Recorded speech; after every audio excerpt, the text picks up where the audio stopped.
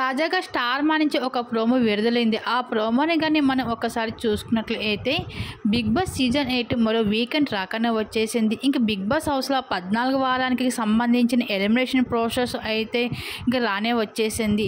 అయితే big boss హౌస్లో 14 వారానికి ఎవరు ఎలిమినేషన్ అవుతారు అన్నది సోషల్ మీడియాలో చాలా ఆసక్తిని రేపుతుంది. అయితే ఇప్పటికే ఈ వారానికి విష్ణుప్రియ లియెస్ట్ ఓటింగ్ ఉండడం వల్ల విష్ణుప్రియ ఎలిమినేషన్ అవుతుందని సోషల్ మీడియాలో చాలా వార్తలు అయితే వినిపిస్తున్నాయి.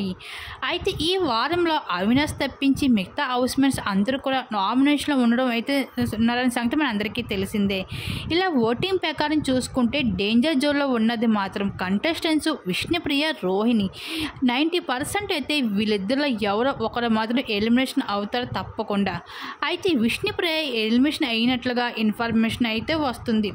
అయితే విష్ణుప్రియ, రోహిణికి ఒక ఎలిమినేషన్ అవుతారు కనుక బిగ్ బాస్ వీళ్ళిద్దరికీ ఒక బంపర్ ఆఫర్ ఇచ్చారని, ఇక ప్రైజ్ మనీ నుంచి కొంత మనీని ఆఫర్ ఇవ్వడంతో ఇద్దరు కూడా క్యాష్ సూట్ కేసు వద్దని నిరాకరించారన్నట్లు వార్తలు వస్తున్నాయి. ఇంకా ఫైనల్గా అయితే లియెస్ట్ ఓటింగ్ ప్రకారం చూసుకుంటే ఈ వారంలో రోహిణి అయితే ఎలిమినేషన్ అయ్యి బిగ్ బాస్ హౌస్ను వదిలి అయితే బయటకు వచ్చేయడం జరిగింది.